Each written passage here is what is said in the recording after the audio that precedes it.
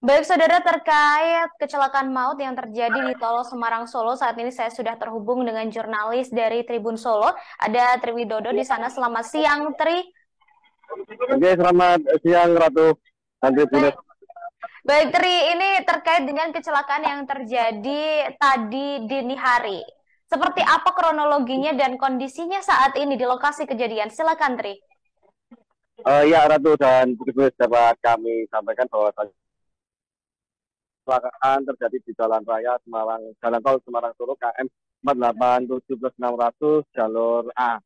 Kecelakaan ini terjadi pukul 4 dini hari tadi saat sahur.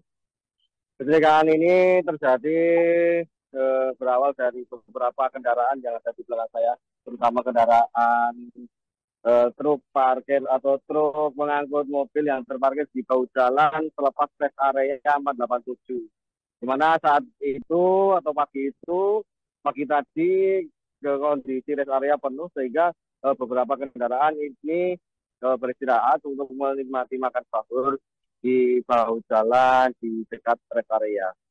Kemudian ada kendaraan sekitar 6 kendaraan yang terparkir di sini. Di saat yang bersamaan melaju sebuah truk trailer pengangkut besi cor beton. Bisa kita lihat bersama di belakang saya ini yang menjulang ke atas itu adalah truk pengangkut cor beton melaju dari arah Jakarta atau dari arah Semarang menuju Solo. Entah apa yang terjadi atau masih ada banyak kemungkinan baik itu kelainan manusia maupun akibat kelalaian ataupun kerusakan pada mesinnya. Truk yang semula melaju dengan kecepatan tinggi ini kemudian menyasar kendaraan elep yang melaju tepat di depannya. Kendaraan elep itu pun terdorong dan menabrak sebuah truk tangki yang terparkir di paling ujung, di paling barat. Itu menabrak sehingga truk atau maksud kami sehingga elep tersebut mengalami ringsek. Tidak cukup di situ, truk trailer pengangkut besi beton ini masih terus melaju hingga menghantam beberapa kendaraan ataupun sebanyak 6 kendaraan yang ada di lokasi kejadian ini. Kecelakaan ini melibatkan atau mengakibatkan 8 kendaraan terlibat kecelakaan ini. 7 diantaranya merupakan kendaraan besar, yaitu ada trailer, dan tronton, dan ada juga truk box. Ratu. Baik, kemudian terkait jumlah korban, Triwidodo, ini masih simpang siur antara 6 atau 7 orang yang meninggal dunia.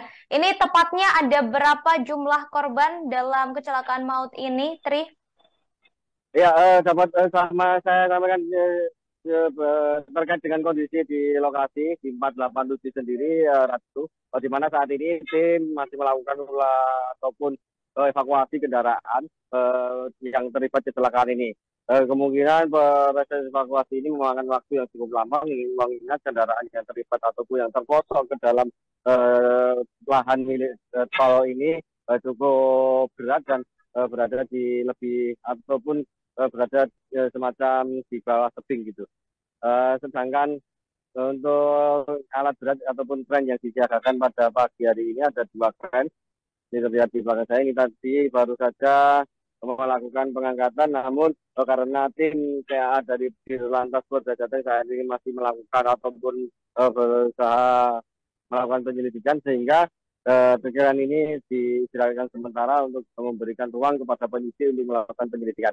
Terkait dengan jumlah korban jiwa dalam peristiwa ini, Ratu, dan di lokasi kejadian memang belum mendapatkan informasi secara pasti ada berapa jumlah yang korban jiwa dalam peristiwa tersebut. Hanya saja Kasat Lantas Polres Boyolali memastikan ataupun dari hasil sementara saya katakan tadi dikatakan bahwa hasil sementara korban meninggal dalam kecelakaan ini ada sebanyak 6 korban jiwa. Keenamnya ini saat ini sudah berada ataupun sudah ditangani oleh tim medis ataupun tim pemulasaran jenazah di RSUD Pandanaran Boyolali. Terkait dengan data lebih lanjut saat ini penyidik ataupun Satlantas Polres Boyolali di backup dengan oleh tim dari Polda Jawa Tengah masih melakukan penyelidikan terkait identifikasi korban-korban yang terlibat dalam musibah kecelakaan ini. Baik, Selain itu, satu korban yang meluka berat, Ratu, dan 6 korban luka ringan. Ini masih datanya masih bersifat sementara mengingat polisi juga masih melakukan verifikasi maupun pendataan di lokasi maupun di rumah sakit. kemudian terkait korban-korban yang baru saja disebutkan, apakah sudah diketahui berasal dari penumpang mobil atau truk yang mana begitu, Tri? Ya, Ratu, informasi dari Kasat Lantas juga bahwasanya ke-6 korban ini saat ini masih dalam proses penyelidikan. Hanya saja dari 6 korban tersebut, 4 diantaranya merupakan penumpang dari minibus ataupun mobil elf yang melaju dari arah Semarang atau dari arah Jakarta. Terkait dengan identitas maupun perjalanannya, maksud dari tujuan perjalanan dari arah Semarang ke arah Solo ini untuk seperti apakah mudik ataupun ada kepentingan lainnya, saat ini polisi masih melakukan pendataan dan proses verifikasi di lokasi. Baik, kemudian untuk dugaan sementara terkait dengan kecelakaan ini, apa yang menjadi penyebabnya? Apakah sudah diketahui begitu oleh kepolisian, Tri? Ya, Ratu, penyebab atau dugaan kecelakaan ini tentu polisi masih melakukan penyelidikan. Hanya saja ada beberapa dugaan yang bisa menyebabkan ataupun yang mengakibatkan terjadinya kecelakaan ini. Kasat Lantas menyimpulkan setidaknya ada tiga kemungkinan penyebab daripada kecelakaan ini. Karena memang untuk mengetahui penyebab pastinya dibutuhkan data dan penelitian maupun penyidikan yang lebih komprehensif. Hanya saja untuk sampai saat ini tadi diperoleh informasi bahwasanya ada tiga kemungkinan. Yang pertama kemungkinan karena faktor manusianya, yaitu karena pengemudi ngantuk ataukah dalam kondisi kurang fit begitu. Kemudian karena bisa juga kemungkinan karena rem blong ataupun faktor kendaraannya ataupun faktor dari mesin ataupun dari kendaraannya, sehingga truk tersebut saat melaju dengan kecepatan tinggi tidak bisa menguasai. Yang ketiga, sopir atau pengemudi kurang hati-hati. Artinya saat mengemudi dari arah Semarang dengan kecepatan yang cukup tinggi, jadi sesampainya di lokasi kejadian, kemudian tidak bisa mengendalikan kendaraannya sehingga oleng ke kiri dan menghantam beberapa kendaraan yang ada di depannya. Selain itu juga kalau mengingat di lokasi ini sendiri, Ratu dan Tribunes, di mana di lokasi ini ternyata nampaknya tidak cukup terang karena masih berada di sekitar atau di berjarak beberapa ratus meter dari rest area. Hal ini terlihat dari banyaknya lampu-lampu yang ada di sekitar lokasi kejadian ini. Dengan begitu, polisi masih akan melakukan penyelidikan, dan saat ini tim dari Dirlantas Polda Jawa Tengah masih melakukan upaya penyelidikan dengan menggunakan metode TAA, Training Analytic Accident. Baik, kemudian ini terkait dengan tadi saya sempat membaca begitu ya, ada informasi yang masuk bahwa ada yang sempat berbincang dengan connect dari truk yang yang menabrak atau truk pengangkut besi yang menabrak 7 kendaraan lainnya. Ini menyebut bahwa rem sudah blong begitu sebelum dari rest area, artinya sebelum dari kecelakaan ini terjadi. Apakah ini akan diselidiki lebih lanjut oleh pihak kepolisian atau seperti apa? Ya, Ratu, dapat apapun teman ataupun apapun hasil dari proses penyelidikan yang ada di lokasi kejadian, baik itu dari olah TKP maupun dari keterangan saksi-saksi, termasuk saksi yang ada di lokasi kejadian ini, tetap akan diverifikasi ataupun diproses lebih lanjut untuk mengetahui ataupun menyimpulkan penyebab pasti adanya peristiwa kecelakaan yang mengakibatkan 6 korban jiwa untuk sementara ini. Hanya saja tentunya saat ini polisi masih fokus dalam rangka melakukan evakuasi karena memang mengingat beberapa kendaraan besar, ada 6 kendaraan besar saat yang terlibat kecelakaan ini, 7 maksud kami.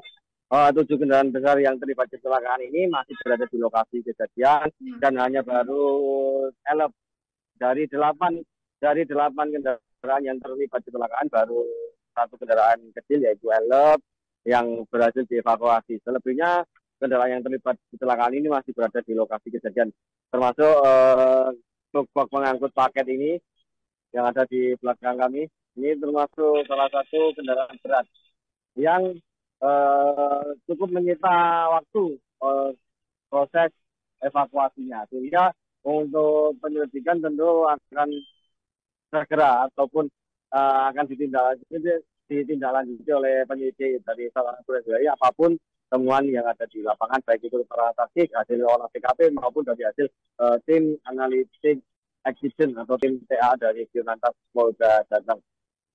Ratu.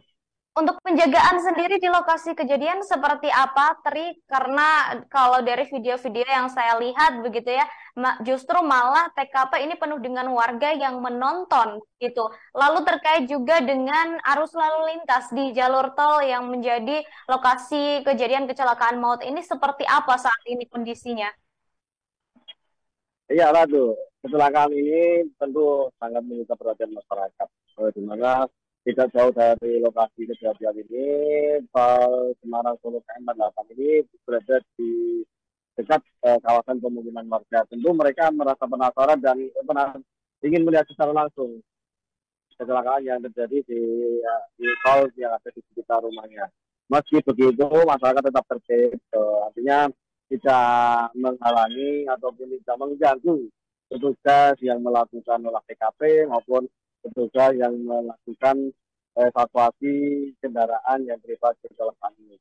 Soal keamanan sendiri, karena memang di sini yang terlibat kecelakaan ini, Nuratu, adalah truk pengangkut paket. Barangkali Tribuners yang memesan paket, barangkali ada barangnya ada di sini, mohon dimaklum kalau terjadi keterlambatan ataupun hal yang tidak diinginkan. Karena memang kebanyakan paket yang ada di sini adalah paket dari truk ini. Ada 2 truk pengangkut paket yang terlibat kecelakaan ini, tapi ya, tentunya menjadi kemakluman ataupun menjadi kendala ataupun bisa mengganggu pengiriman paket ke tempat tujuan. Meski begitu, masyarakat di sini ternyata tidak ada yang melakukan penjaraan maupun mendekat ke lokasi kejadian. Warga masyarakat hanya melihat dari sekeliling atau dari sekitar lokasi ini yang berada tidak sampai masuk ke area tol. Ratu. Baik, terkait arus lalu lintas saat ini di lokasi kejadian. Terkait arus lintas saat ini, arus lalu lintas dari arah Semarang menuju Solo masih ramai lancar karena memang kecelakaan ini tidak sampai atau memblokir atau tidak sampai menutup seluruh akses jalan tol Semarang Solo ini. Karena terjadi kecelakaannya ini adalah di bahu jalan atau jalan lambat, jalan pengaman yang biasa digunakan pengendara untuk apabila terjadi emergensi seperti pandesa ataupun dalam problem lainnya, sehingga tidak mengganggu arus lalu lintas. Sampai saat ini dari tadi saat kejadian itu tidak ada penutupan arus lalu lintas, hanya saja semisal ada kendaraan ataupun truk yang melakukan evakuasi bermanuver berganti arah itu untuk sementara beberapa menit atau bahkan tidak sampai 10 menitan, 3 sampai 5 menit di tempat sementara. Setelah itu kendaraan dapat melanjutkan kembali. Begitu pula dengan arah sebaliknya, arah dari Solo. Arah dari Solo juga tidak ada gangguan. Meskipun terjadi sedikit perlambatan seperti yang terlihat di belakang saya ini, sedikit perlambatan karena wajar dari dua lajur yang atau 3 lajur yang tersedia ataupun jalan tol Semarang Solo ini kan ada 2 lajur. Nah, salah satu lajurnya ini digunakan tugas ataupun kendaraan operasional untuk evakuasi. mengevakuasi kendaraan pribadi, sehingga yang digunakan untuk di area ini khususnya di titik 487 plus 600 ini hanya satu lajur saja, sehingga maklum jika terjadi kepadatan meski begitu, tapi tetap arus lalu lintas tetap bisa ramai lancar dan tidak sampai mengganggu ataupun menimbulkan mata petang yang sangat berarti bagi pengendara ataupun bagi kendaraan yang melaju dari arah Semarang ke Jakarta menuju Solo. Satu. Baik, terima kasih Tri atas informasinya. Hari ini kami tunggu update selanjutnya terkait dengan kecelakaan maut yang terjadi di tol Semarang Solo. Terima kasih Tri, selamat bertugas kembali. Terima kasih sudah nonton. Jangan lupa like, subscribe, dan share ya.